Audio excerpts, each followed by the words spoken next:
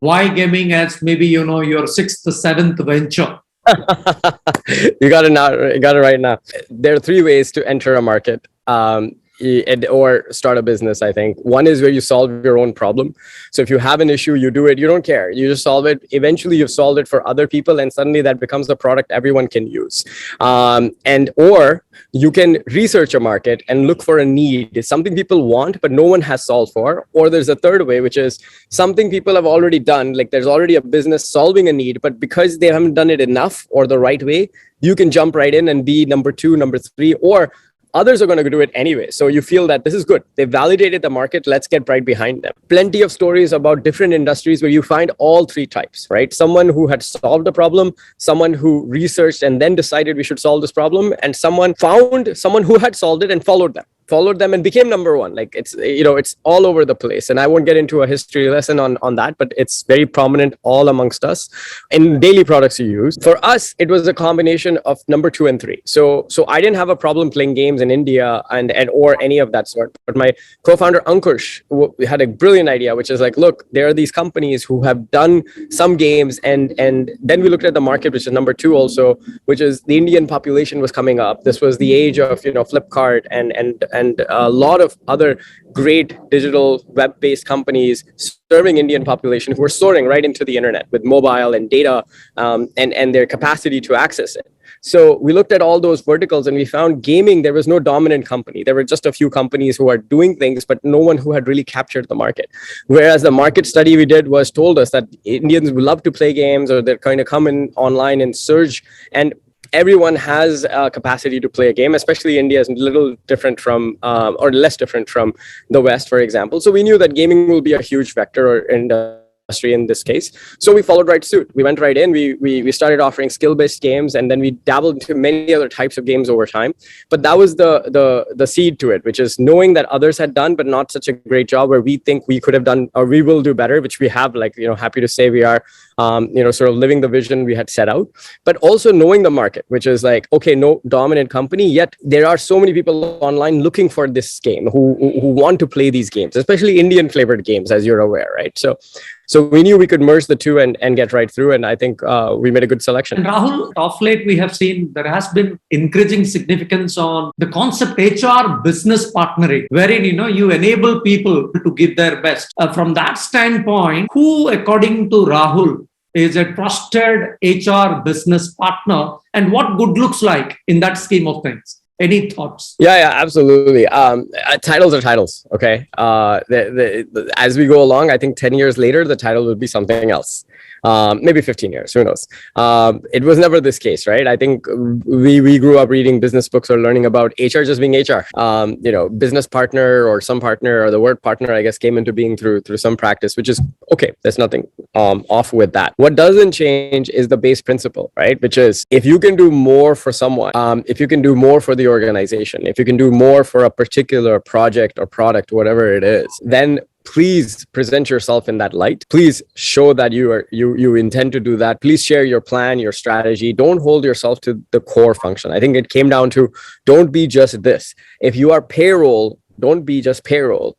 You have the opportunity to expand yourself to other functions of the company and contribute.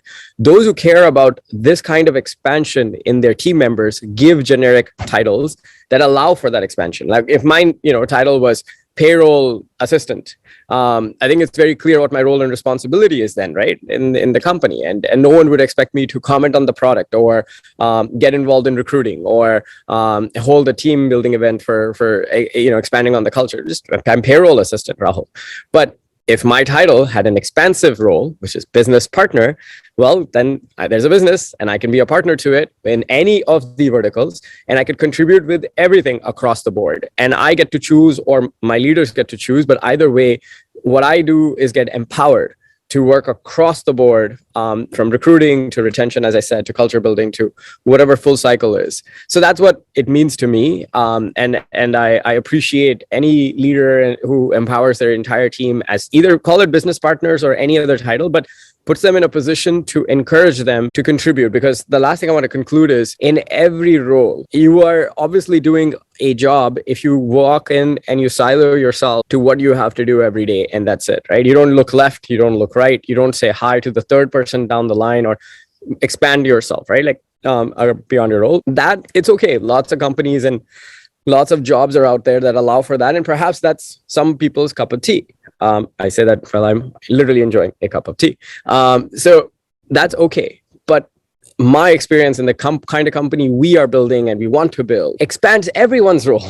It's not just, of course, HR. Today we talk about HR, but we want people to not walk in like this. We want people to walk in like this. We want people to look left, look right, say hi, say hello, get involved or learn more about another function, and across, even in their own zone, expand the work and responsibility they do. So I think, it's very important to understand that as a business partner, you should allow yourselves to do everything. See, typically when you talk about HR function, every time we talk about values, culture, the non-tangible stuff, is there something that you expect HR to drive, deliver, which is quantifiable? And from that standpoint, what are the typical KPIs you would want HR leaders to drive in your organization? Yeah, very, very heavy question though. I'll be short and we'll expand on it. First and foremost, leaders have to decide on a framework to align every vertical with the vision they have to deliver. The best companies and leaders allow clarity of the KPI, as you asked, to seep into every objective for every function, not just HR.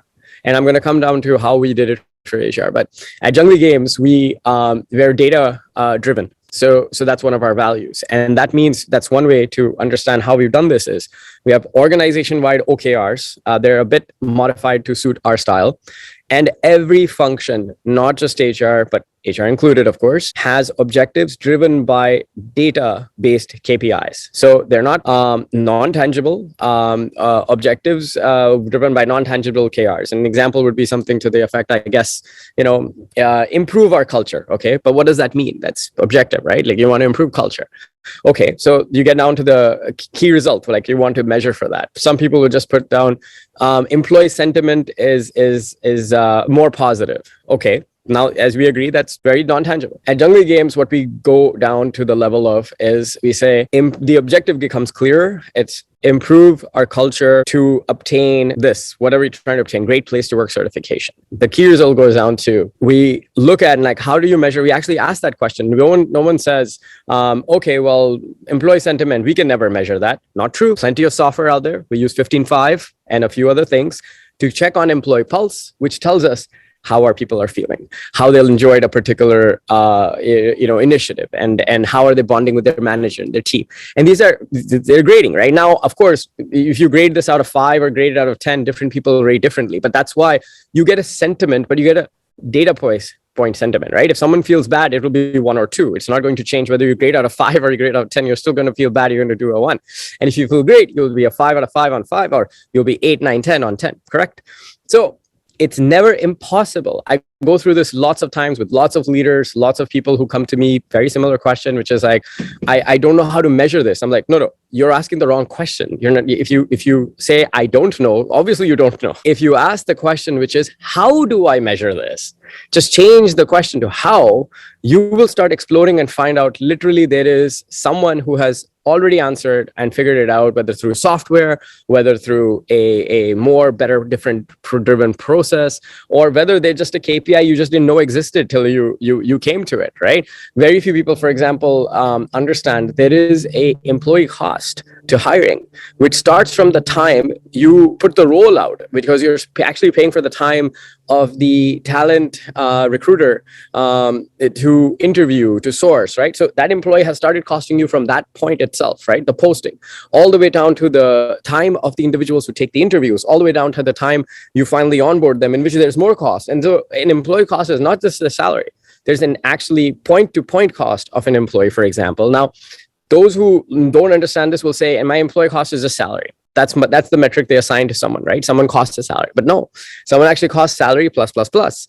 You will not know this if you don't ask, how do I measure the real cost of my team members to the company, right? And only an HR member who would take an interest in data, if this is the truth, we're in a data-driven world, at least in Junglee Games, we're data-driven, like I said, as a value, right? So everyone has to be a part of that. Then you have to learn about how data functions and what are the ways and techniques, the tools of the trade, in this case of data, for example. Excel is just one perspective. There's so many other ways to deal with data, and what are the metrics you can get around. So I have literally come up with KPIs for many items over the years and years of being part of the company and helping with HR, where we've taken non-tangible stuff and made it tangible just by asking, how do I measure this? And believe me, everything from employee mood to happiness sentiment to projects that have just a general objective of, we need to get the software in place. Okay, but there's a KPI you can put to it, which is like, I'll get it in place by this date, or I will get it in place in this time, or I will get it in place and it will see this much improvement, right? And how do you measure the improvement? We'll get to that. So I don't think there's not anything that's non-tangible. I mean, yes, sure, people could debate me and give me one or two more notes, but then I can turn that around and change the objective so that the key result becomes tangible. So I think it's important. I think it can be done. I think people have to answer the right question, which is how, rather than I don't know. Thank you. That's a unique perspective. And very rightly you said that asking right question probably would open up plenty of answers. Any disappointments with HR professionals in any of your assignment? Yeah, I'm going to start with a very basic story to explain why I feel the disappointment, right? I was groomed, as almost, I think, many Indian households, to do a technical degree, right? You must do engineering, or you can do a doctor or whatever, but you must be one of this. You can't be anything else. The reality is I have other interests. I'm my own human being.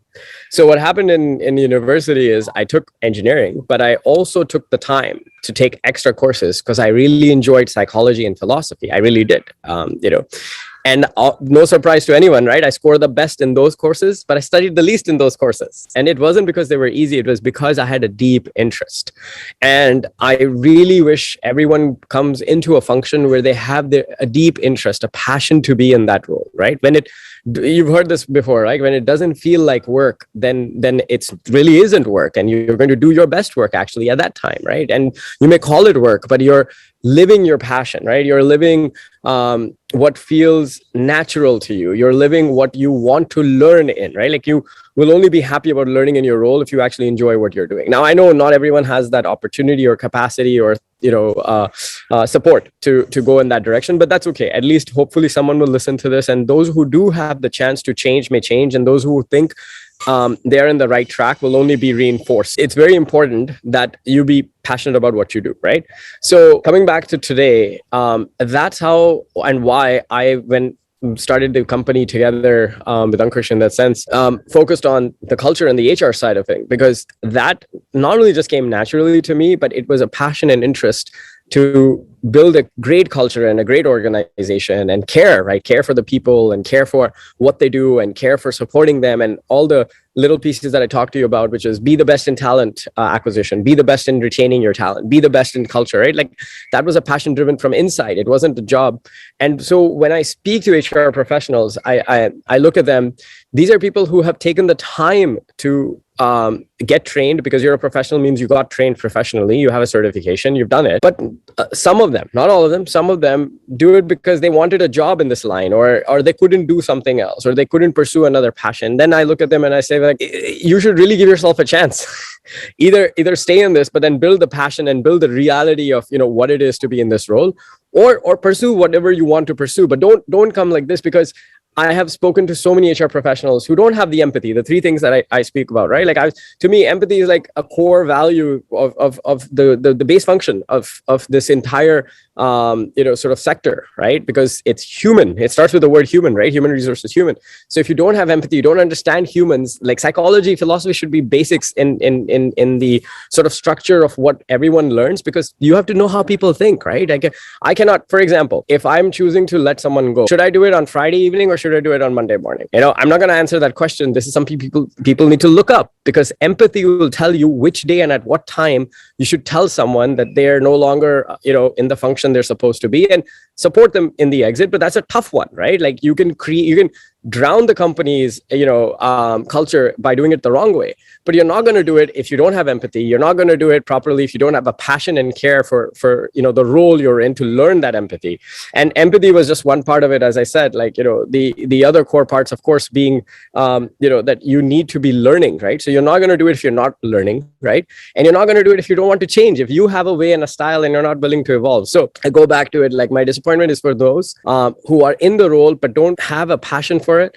And you can be who you want to be, but then I wish you give yourself either a chance or you change to your passion. But that's the, I guess the displacement that comes when I speak to people. So typically when you look at the landscape, business landscape in India, Rahul, I'm sure you know better than anybody else. The average age of workforce today that hovers around, let's say, 29, 30, 31. Now, how important it is for a CEO or for a leader to connect with those so-called Gen Z population? And my follow-up question is, when it comes to companies like Junglee Games, what kind of a competency would really be the right kind of a fit for a gaming company? First, how important? Very important. Very important, because this is how the world is changing, right? We talk about companies changing, growing in size or business or whatever, but how does Earth or the planet change? It changes through humans who become older and come into the age group or zone of acting as professionals and propagating the world forward, making decisions, right? So, there were certain people in the aviation industry in the 70s, but they're not making decisions today, like in 2030 or something. There is someone who grew up in the early 2000s who's now in the aviation industry making key decisions for the aviation industry. But that person grew up and there were planes already in the sky. So he has other thoughts, right?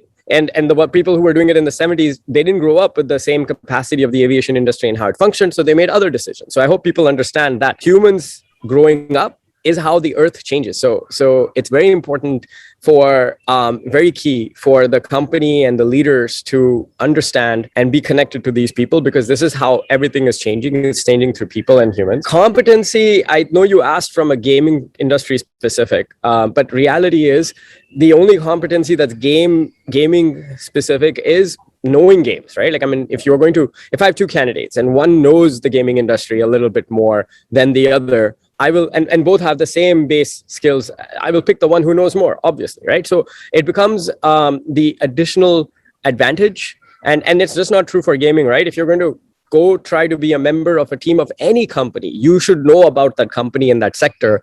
That gives you a significant advantage over anyone else who has not done that research, right? So how important? It's the most important thing, because it puts you right at the top as a candidate to be a part of the team. Everything else is the same requirement across industry, right? Every industry wants someone who's empathetic, who's embracing change, who's open to evolving and learning all the time. It's the same core metrics, right? But understanding the sector gives you a very significant advantage. And I've had people who miss this, right? They come, we speak to them, I interview them. They don't know enough about the company or gaming, or they haven't tried. Then they don't stack against other candidates who have. It's not me. It's the other candidate has done better than you.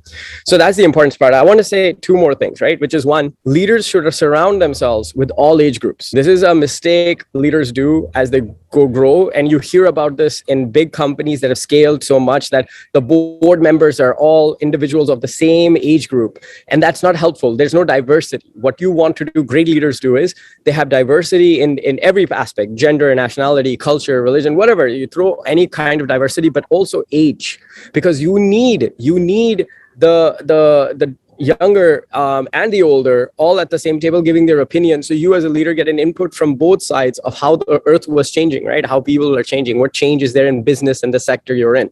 Gaming is got everything now. Gaming is a very, very old industry. So we have very, very senior individuals and we have very, very young people adopting these games, right? But so we need to surround ourselves and understand their input, how their requirements are changing, but also the senior individuals and how they want to continue to keep involved in this sector or this business.